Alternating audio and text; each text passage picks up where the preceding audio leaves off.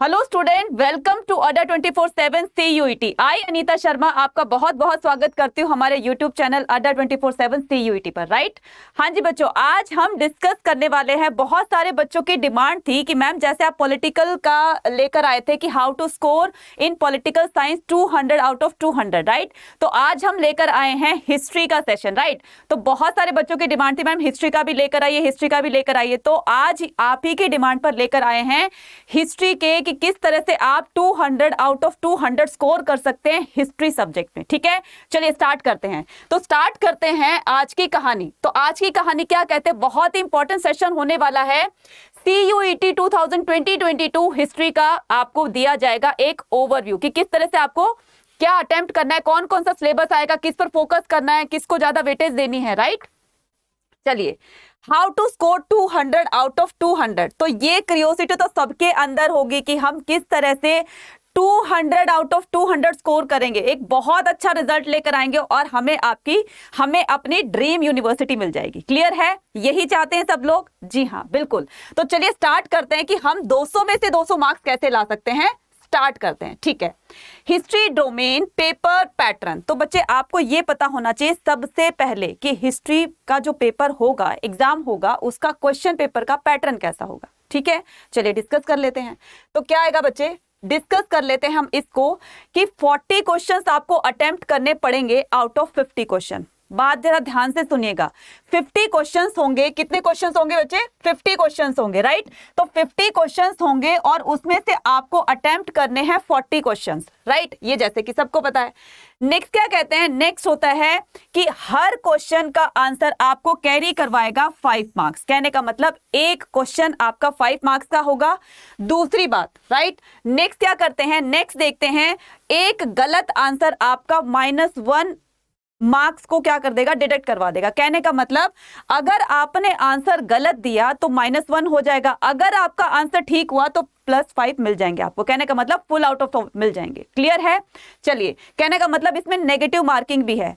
Question को गलत करोगे 0 तो मिलेंगे ही, 0 तो कुछ भी नहीं मिलेगा। कहने का मतलब जब तक हम बोर्ड एग्जाम में अभी तक करते आए हैं कि कोई क्वेश्चन गलत है तो उसके 0 मार्क्स मिलते हैं, मतलब कुछ भी नहीं मिलता। बट यहां पर बहुत ही सावधानी से चलना है, बहुत ही केयरफुली आपको रीड करना है कि आपका एक गलत क्वेश्चन आपका मार्क्स डिडक्ट करवा सकता है, कटवा सकता है। तो बहुत ही ध्यान से करना पड़ेगा आपको, ठीक है, बहुत ध्यान देना पड़ेगा। नेक्स्ट क्वेश्चन आता है टोटल मार्क्स 200। तो टोटल मार्क्स कितने होंगे? 200 होंगे। क्लियर, बात समझ में आ गई। एक सही क्वेश्चन आपका 5 मार्क्स का, एक गलत क्वेश्चन 0 तो दिलाएगा ही, साथ में -1 और करवा देगा। तो कहने का मतलब टोटल कितने क्वेश्चंस हो जाएंगे, टोटल मार्क्स कितने हो जाएंगे? 200 के। बिल्कुल सही बात है मैम। टाइम रहेगा आपका 45 मिनट्स। कितना टाइम रहेगा? 45 मिनट्स।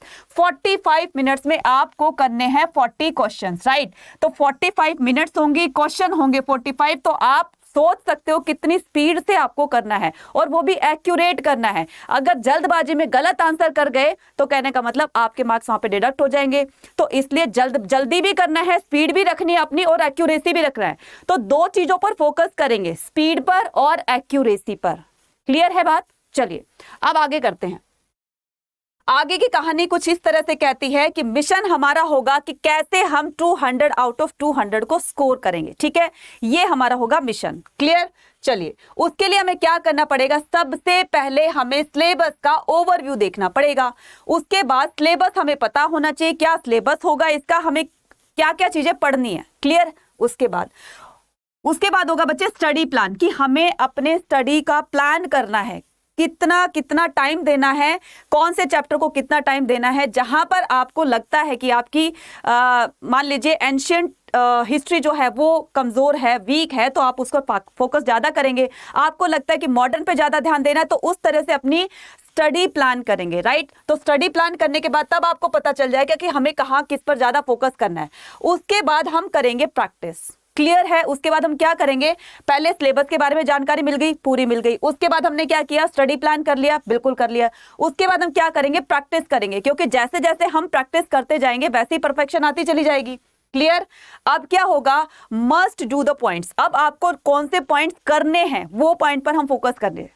ठीक है, उस पॉइंट पर फोकस करते हैं। तो क्या करेंगे बच्चा, सबसे पहले हम करेंगे स्टेप 1 सिलेबस ओवरव्यू। तो सिलेबस ओवरव्यू में देखेंगे एंटायर क्लास 12th एनसीईआरटी, कहने का मतलब ये कि जो आपने first term second term, CBSE वालों के लिए मैं ध्यान से बोलना चाहूंगी एक बार कि जो हम टर्म 1 में टर्म 2 में जो चैप्टर किए थे बच्चे, उसके अलावा जो डिलीटेड पोर्शन था वो भी आएगा। सही सुना आपने, वो भी आएगा। जो डिलीटेड चैप्टर हैं हमारे वो भी आएंगे आपके सीयूईटी एग्जाम में। तो ये मत सोचना कि जो डिलीटेड पोर्शन है वो आएगा नहीं, उसको लर्न करके क्या करना है। नहीं बच्चे, वो सिलेबस भी आएगा, वो चैप्टर्स भी आएंगे। ठीक है, चलें आगे। ओके, अब कहते हैं सिलेबस डिटेल्ड। अब हमें जो मेन मुद्दा है हमारा वो क्या है, सिलेबस का, कि हमें कौन कौन से चैप्टर पढ़ने हैं। ठीक है, चलिए बात करते हैं हम एंशिएंट हिस्ट्री। दूसरा है हमारा एंशिएंट हिस्ट्री की बात करते हैं। तो बच्चे फर्स्ट क्या है हमारी एंशिएंट हिस्ट्री, राइट। तो एंशिएंट हिस्ट्री में सबसे पहले जो आपका टॉपिक होगा वो होगा ब्रेक बीड्स एंड बोन्स। कहने का मतलब आपका ये जो चैप्टर होगा वो होगा आपका हड़प्पा सिविलाइजेशन से। किससे?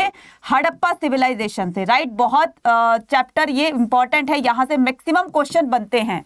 मोस्ट इंपॉर्टेंट टॉपिक है ये। कौन सा? आपका जो एंशिएंट हिस्ट्री का जो हिस्ट्री आपकी एंशिएंट हिस्ट्री है उसमें से मोस्ट इंपॉर्टेंट टॉपिक ये है हड़प्पा सिविलाइजेशन।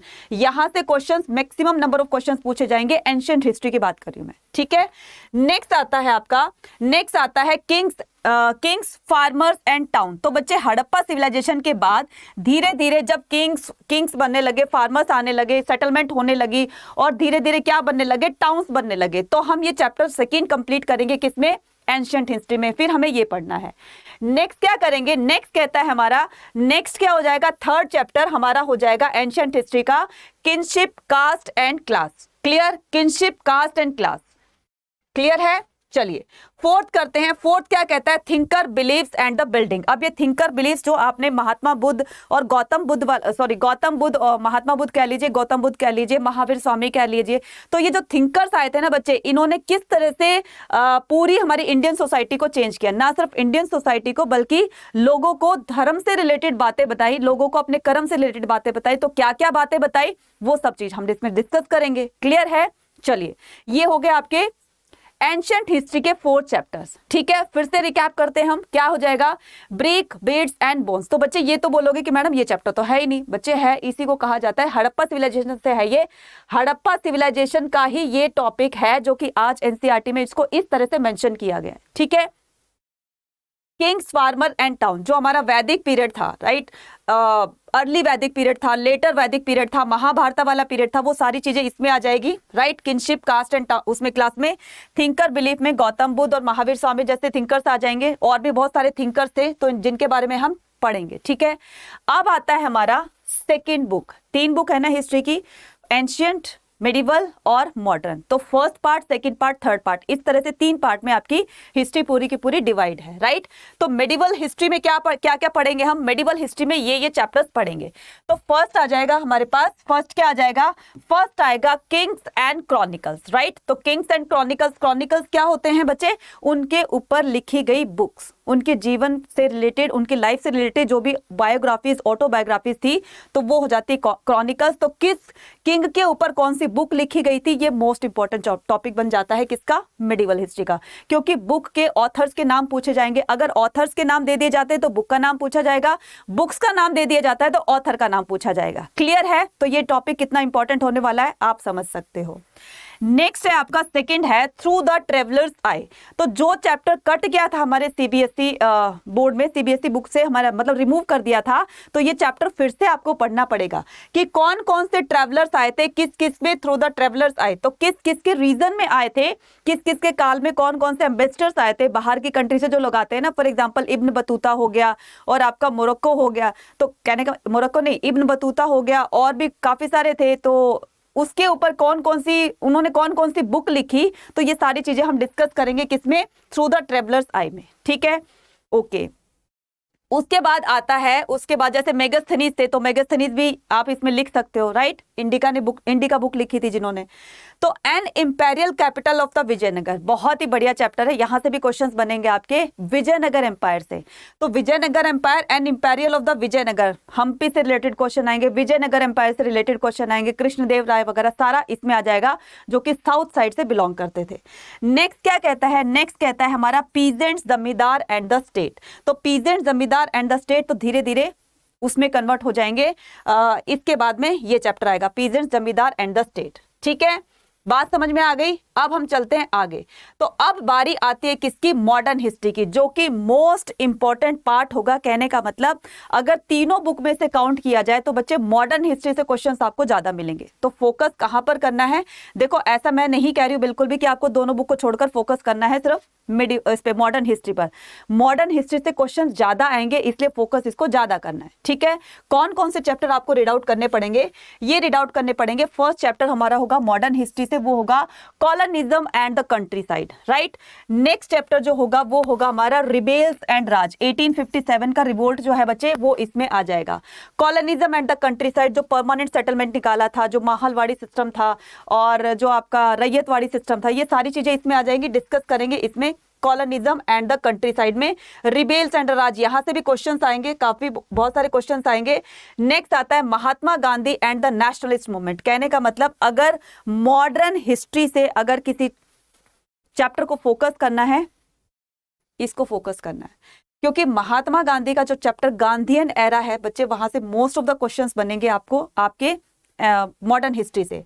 नेक्स्ट क्या कहता है, नेक्स्ट कहता है हमारा फोर्थ चैप्टर जो कि एंशिएंट से मॉडर्न हिस्ट्री से है, फ्रेमिंग द कॉन्स्टिट्यूशन, कि कॉन्स्टिट्यूशन को फ्रेम करते टाइम क्या क्या मतलब बातों का ध्यान रखा गया, किन किन्हों ने इसमें पार्टिसिपेट किया, कॉन्स्टिट्यूशन असेंबली बनाएगी, कौन कौन मेंबर इसमें इंक्लूड थे, कैसे ये बनाया गया, कितना टाइम लगा, कितने सेशंस हुए, सारी चीजें डिस्कस करेंगे। तो कहने का मतलब ये दो जो पार्ट है बच्चे, ये जो है आपके दो चैप्टर्स हैं, इसमें से मैक्सिमम नंबर ऑफ क्वेश्चन इसी में से बने जाएंगे। ठीक है, क्लियर है। चलिए नेक्स्ट करते हैं। तो नेक्स्ट क्या कहता है, input for the full score in history domain. तो हमें क्या करना है, हमें ज्यादा से ज्यादा फोकस करना है हिस्ट्री डोमेन। कहने का मतलब हमें फुल स्कोर करना है हिस्ट्री में।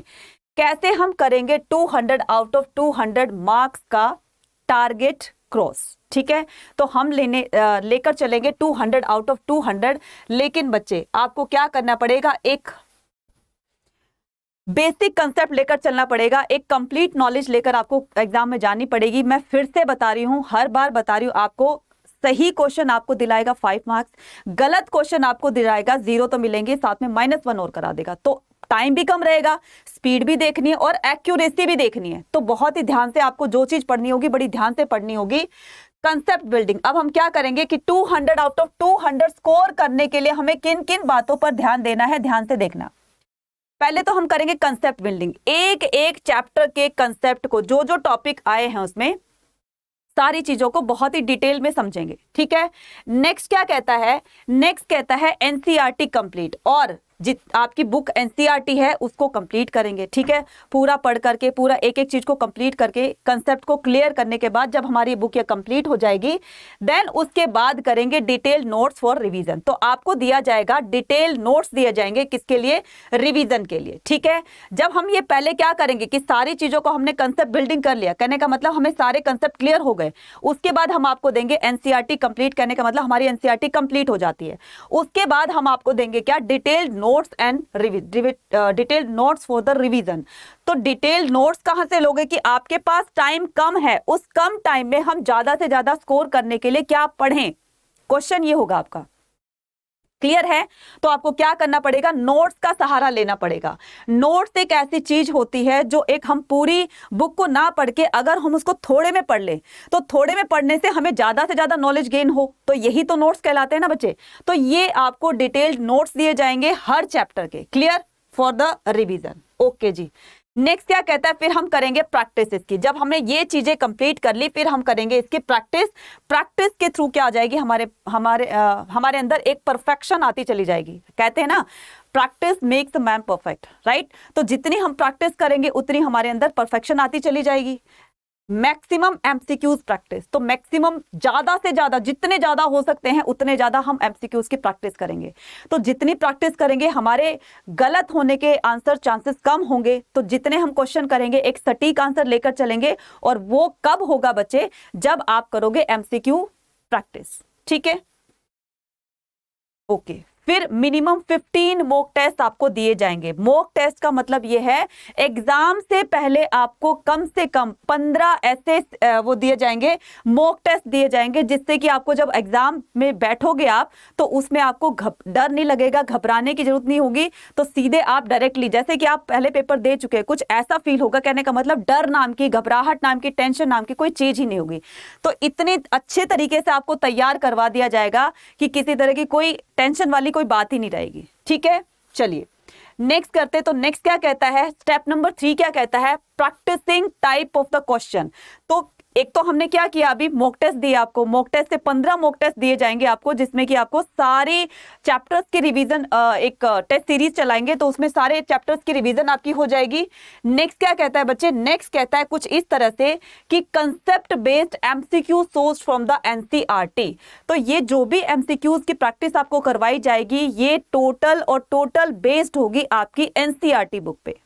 क्लियर है, एनसीईआरटी पे बुक पे वो होगी आपकी। तो मेंशन पहले भी किया गया है, आपकी सीयूईटी के जो भी आपकी टर्म एंड कंडीशन होती है उसमें क्लियर मेंशन किया गया कि एनसीईआरटी से ही मैक्सिमम क्वेश्चंस आएंगे। कहने का मतलब एनसीईआरटी बेस्ड क्वेश्चन आएंगे, तो उसी चीज की हम लोग प्रिपरेशन करेंगे। ठीक है, case study type question, right. तो एमसीक्यूज, तो केस स्टडी टाइप एमसीक्यू भी हम करेंगे, जिससे कि आपको हर चीज के लिए ऐसा तैयार कर देंगे कि वहां पर आपको जाकर कुछ नया सा नहीं लगेगा, क्योंकि हम लोग ये चीज पहले ही कर चुके हैं, आप उससे फेमिलियर हो चुके हो, उसको आप जान चुके हो कि हमें किस तरह से क्वेश्चंस को अटेम्प्ट करना है। क्लियर है, ठीक है। अब नेक्स्ट क्या कहता है, नेक्स्ट कहता है एंड रिजल्ट बेस्ड एमसीक्यू। कहने का मतलब जैसे जैसे एग्जाम हमारे पास आएंगे तो वैसे वैसे जो हमारा बिल्कुल एंड वाला टाइम होगा, कोर्स कंप्लीट कर दिया जाएगा, उसके बेस पर हम क्या करेंगे, एक फटाफट से एक शूश अटैक से क्या लेंगे, रिवीजन लेंगे, राइट। तो एमसीक्यू बेस पर इतने सारे क्वेश्चंस करेंगे, जो क्वेश्चन हम पहले किए थे, तो इसका पूरा का पूरा एक ओवरव्यू लेंगे, राइट। तो एमसीक्यूज के थ्रू जाने से पहले, एग्जाम जाने से पहले, और आपकी सारी चीजें आपको कंप्लीट करवा दी जाएगी। क्लियर। मैप बेस्ड क्वेश्चन भी होंगे कि ये जो आपका प्लेस है ये कहां पर है, ये इस तरह के क्वेश्चन मैप बेस्ड क्वेश्चन होंगे कि कहां पर ये प्लेस लोकेटेड है, कौन से स्टेट में है। तो इस तरह के क्वेश्चंस भी आपको अगर देखने को मिलते हैं तो वो भी तैयारी करवा दी जाएगी। ठीक है, तो कहने का मतलब आपको बिल्कुल भी डरने की, घबराने की बिल्कुल भी जरूरत नहीं है। ठीक है, एकदम टेंशन फ्री होकर बोर्ड उसमें जाएंगे सीयूईटी के एग्जाम में। ठीक है बच्चे, सीबीटी टेस्ट होगा ये। ठीक है, सीबीटी कंप्यूटर बेस्ड टेस्ट होगा ये। तो घबराना नहीं है कि कोई, बहुत सारे बच्चे पहली बार देने जाएंगे, तो ऐसा कोई बहुत घबराने वाली चीज नहीं है। वहां पर मेंटर्स होंगे आपके साथ में, वो सारी चीजें आपको गाइड कर देंगे, राइट। बस सिर्फ आपका क्या काम आएगा, वहां पर आपके काम आएगी नॉलेज। ठीक है, और वो नॉलेज कब बनेगी बच्चे, जब आप रेगुलर प्रैक्टिस करोगे, रेगुलर पढ़ाई करोगे, रेगुलर स्टडी करोगे, तभी जाकर आपके पास नॉलेज आएगी। अदरवाइज तो एक क्वेश्चन फिर से, मैं कहूंगी एक क्वेश्चन फिर से गलती करवाएगा आपको और 5 मार्क्स डिडक्ट करवा देगा। कहने का मतलब आपको कोड क्या यूज करना है बच्चे, कोड यूज करना है आपको Y489, राइट। Y4, ठीक है, क्वेश्चन क्या टाइप, वो कोड क्या टाइप करना है बच्चे, Y489। ठीक है, तो Y489 ये कोड को ध्यान रखना, इस कोड को ध्यान रखना। Y489 कोड हमेशा आप फिल करोगे।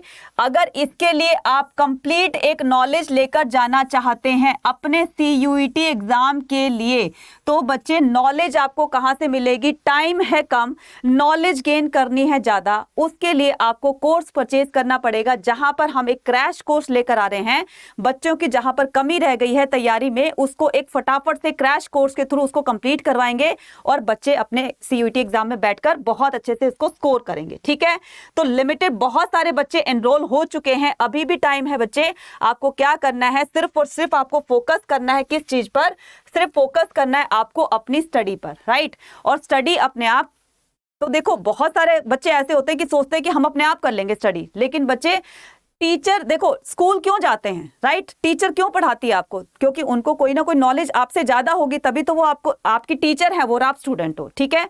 तो जाएंगे नॉलेज के लिए, कंप्लीट नॉलेज के लिए, अपनी ड्रीम यूनिवर्सिटी को अचीव करने में बच्चे थोड़ा सा अगर पैसा आप खर्च करते हो ना, तो मेरे को लगता है कि उसमें कोई बुराई नहीं है। और ना ही कोई पेरेंट किसी अपने बच्चे को बोलेगा कि आपको ये कोर्स नहीं खरीदेगा। हर पेरेंट ये चाहते हैं कि चाहे हमें पैसा लगाना पड़े, थोड़ा बहुत पैसा लगाना पड़े, लेकिन हमारा बच्चा जो है वो सक्सेस हो जाए, सफल हो जाए, ठीक है? तो अपने पेरेंट्स का और सबसे पहले अपना सपना पूरा करने के लिए, ड्रीम यूनिवर्सिटी को अचीव करने के लिए आपको कोर्स परचेज करना पड़ेगा बच्चे।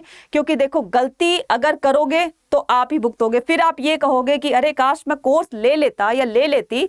तो एक कंप्लीट नॉलेज के साथ हम जाते हैं और हमारा ये क्वेश्चन गलत नहीं होता, ठीक है? फिर वो पछतावा रहेगा, फिर आप उसको रिग्रेट करोगे, ठीक है? तो वो रिग्रेटेशन वाली आप कंडीशन मत रखिए अपने साथ में। तो जल्दी जाएंगे, कोर्स को परचेज करेंगे, और कोर्स को परचेज करते टाइम आप, फिर से मैं बता रही हूं, आपको कोड यूज करना है Y489। कौन सा कोड यूज करना है? Y489। जैसे ही इस कोड को आप वो करोगे, अप्लाई करोगे, मैक्सिमम आपको डिस्काउंट मिल जाएगा, जो कि अभी ऑफर चल रहे हैं। ऑफर इससे पहले खत्म हो जाए, फिर आपको एक बड़े अमाउंट पर वो कोर्स खरीदना पड़े, इससे पहले जाओ और फटाफट से कोर्स को परचेज करो, ठीक है? आई होप सो कि सारी चीजें आपको क्लियर हो गई होंगी, ठीक है? तो करियर अपॉर्चुनिटी भी है यहाँ और कोई कंफ्यूजन नहीं है। Ask your doubt. अगर फिर भी कोई, अगर आपको डाउट है तो आपके डिस्क्रिप्शन बॉक्स में एक गूगल फॉर्म का लिंक दिया हुआ है।